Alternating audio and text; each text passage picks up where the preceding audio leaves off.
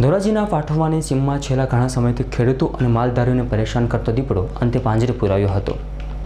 એક બાજુ આજે પાટણ વાવ ખાતે સુપ્રસિદ્ધ ભાદરવી અમાસનો મેળાનો પ્રારંભ થઈ રહ્યો છે, તો બીજી તરફ આ વિસ્તારમાં છેલ્લા ઘણા સમયથી આવી ચડેલા દીપડાને લઈને ખેડૂતો અને માલધારીઓમાં ફળફાટ વાપી ગયો છે। દીપડા જેવા હિંસક પ્રાણીને લઈને ખેડૂતો અને માલધારીઓનો ખેતર અને વન વગેરેમાં કામ કરતા ડર અનુભવતા હોય છે, જેમને કારણે આ વિસ્તારમાં આવી ચડેલા દીપડાને પાંજરે પૂરવા માટે લોકમાંગ ઉઠવા પામી હતી।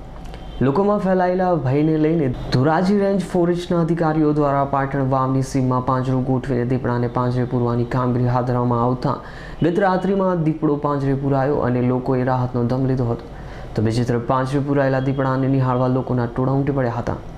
કોઈ ભવિષ્યમાં જાનહાનિ ન થાય અથવા માનવ ઉપર કોઈ હુમલો ન કરે એના માટે તાત્કાલિકના ધોરણે અમારા રાઉન્ડ ફોરેસ્ટર શ્રી ઓડેદરાભાઈને અમે સાથે રાખી અને ત્યાં એક પિંજરું ગોઠવેલું, જે પિંજરાની અંદર ગઈકાલ રાતના 10 વાગે આ દીપડો।